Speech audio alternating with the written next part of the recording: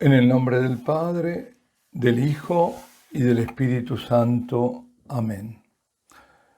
Cuando nos persignamos, como ahora, y cuando lo hacemos al comienzo de la Santa Misa o cuando pasamos frente a una iglesia, una costumbre que en algunos lados, en muchos lados, lamentablemente se perdió, pero que es bueno recuperarla.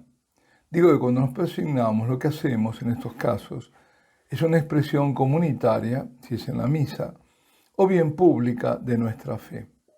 Es decir, estamos diciendo que creemos en la Santísima Trinidad, que solo hay un Dios, pero que este único Dios se nos ha revelado como Padre, Hijo y Espíritu Santo. Un solo Dios, tres personas distintas, iguales entre ellas en cuanto a dignidad, majestad, divinidad y coeternas. Bueno, yo digo todo esto porque he querido dar o mostrar otra forma de ver la Santísima Trinidad. No bajo el punto de vista doctrinal, teológico. No, darle un nuevo enfoque. Vamos a ver. Por empezar, la doctrina de la Trinidad es típicamente cristiana, lo que nos separa a nosotros fundamentalmente de otras religiones. Así que hay que darse cuenta de lo radical que es esta doctrina. Aún aquellas, religiones que se dicen monoteístas, los musulmanes, el Islam, ¿no? y los judíos son diferentes. Ellos, nosotros creemos en un solo Dios, pero en tres personas. Por ejemplo, como digo, es completamente contradictoria con la mentalidad de los judíos. De hecho, diremos que por eso crucificaron a Jesús. Bueno, por lo menos esa fue la razón que dieron. Porque Jesús decía ser Dios. Decían los judíos que lo acusaban, siendo hombre se dice igual a Dios, se dice Dios. Aunque sabemos, San Juan dice que lo llevaron a la muerte por envidia. Los judíos rezan, escucha Israel, el Señor tu Dios es uno. Y sin embargo, Jesús se atrevió a decir, el Padre y yo somos uno.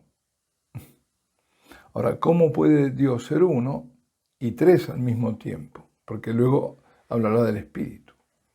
Bueno, en primer lugar, y aquí va el enfoque que quiero dar, en ninguna parte del Nuevo Testamento se presenta o explica una doctrina de la Santísima Trinidad. Se habla, pero no se explica como doctrina. Lo que se encuentra no es tanto a hombres escribiendo teología o explicando doctrinas, y mucho menos cuando, hablamos de los, aunque lo llaman a Juan el teólogo, los orientales, ¿no? Pero no se trata de eso. El Nuevo Testamento trata fundamentalmente de personas como nosotros, que hablan de lo que ocurrió en sus propias vidas. Los discípulos nos cuentan cómo se manifestó Dios en sus vidas. Y esto es lo que nos interesa ver. Cómo vivieron ellos este misterio de la Trinidad. No lo tenían todo resuelto. De lo único que estaban absolutamente seguros, todos los escritores del Nuevo Testamento, todos los discípulos, era que Dios se había convertido en una realidad viva para ellos. Y es a partir de esta experiencia real, de la experiencia de los discípulos con esa realidad divina, viva, que deberíamos acercarnos al misterio de la Trinidad. Entonces, tenemos a los discípulos con su experiencia.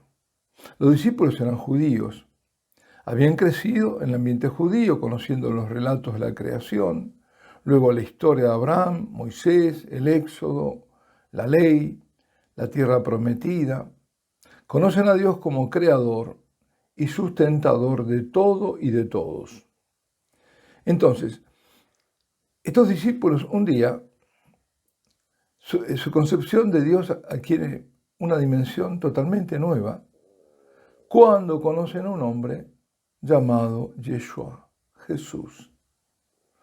Al principio lo veían como un simple hombre. Aún así, un hombre tan cautivador que se convirtieron en sus discípulos. Era irresistible, sígueme, y lo seguían. Y sus alumnos y él en su maestro, en su rabino. Escucharon lo que dijo, había una nota de autoridad en su voz y en sus palabras, no de arrogancia, sino de autoridad. Enseñaba y predicaba con autoridad, una autoridad suave pero incuestionable, una autoridad no vista antes.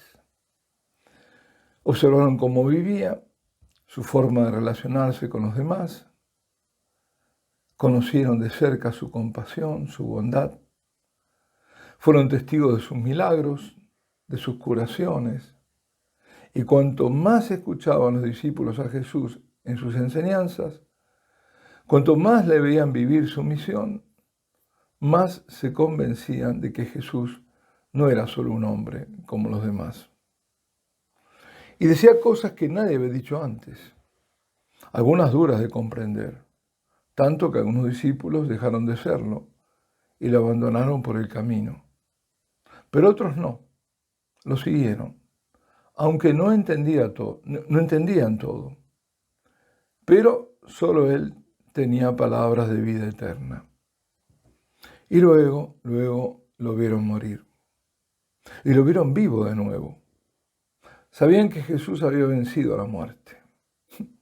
Imagínense, venció a la misma muerte. A esa muerte que para los hombres es infranqueable. Es decir, no, una vez que se pasó y ya está. Y él volvió.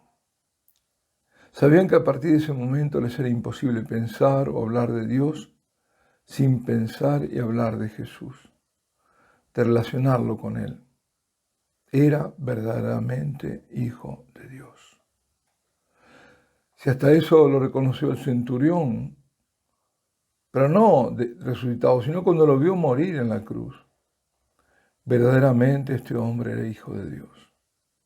Es decir, aún en la agonía y la muerte, cuando todo en el hombre se deshace, no fue así con él. Mostró que no era un hombre como los demás. Entonces aquellos judíos discípulos de Jesús de Nazaret llegaron a conocer a Dios de una manera radicalmente nueva. A través de Jesús, el Hijo de Dios, experimentaron el toque personal de Dios, por decirlo de un modo, el amor de Dios, la misericordia de Dios. Hicieron una experiencia profunda de Dios. Cierto que todo esto que de golpe había ocurrido, verlo vivo, agonizante, morir, luego resurgir de la muerte y además resurgir de una forma nueva, atravesaba hasta las puertas cerradas. Todo esto era muy perturbador, los alteraba fuertemente, porque era algo fuera de toda experiencia, que requería maduración. Por eso también les costaba reconocerlo a primera vista cuando lo veían resucitado. Es que había algo nuevo. Y luego Jesús ascendió al cielo. Al principio esto confundió a los discípulos, pero poco a poco, al igual que siguieron con sus vidas, se dieron cuenta de que no estaban solos. Dios estaba con ellos. Cristo seguía con ellos. Todavía estaba con ellos. Siempre con ellos. Entonces recordaron que eso era exactamente lo que Jesús había prometido. Nunca los dejaría. Y Él les enviaría el abogado, el defensor, el que estaría con ellos, el Espíritu. Y el Espíritu Santo se manifestó de manera ostensible. No era una abstracción, lo veían actuar. Hablaban en lenguas, el Espíritu Santo irrumpía en grandes manifestaciones.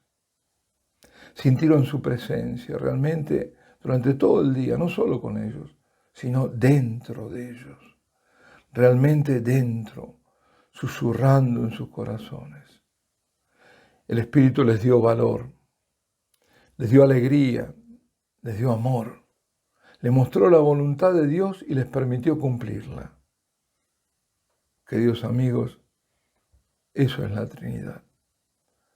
Jesús, el Hijo que les habla del Padre, a quien ya conocían como único Dios, pero no lo conocían en la profundidad, y que demuestra es en verdad el Hijo y no un mero título, y el Espíritu Santo de quien hacen experiencia.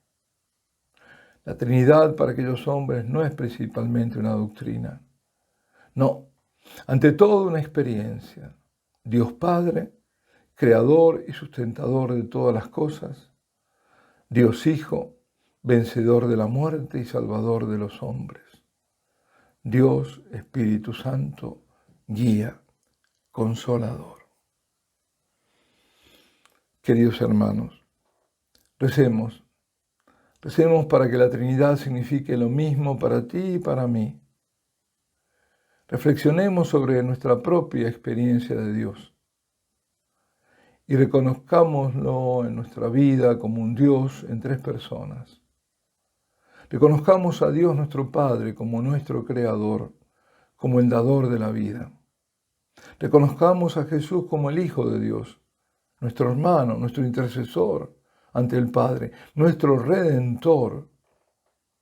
Reconozcamos al Espíritu Santo como nuestro guía, que viene de Dios, soplando suavemente sobre nosotros y susurrando a nuestros corazones, conduciéndonos al conocimiento de la verdad.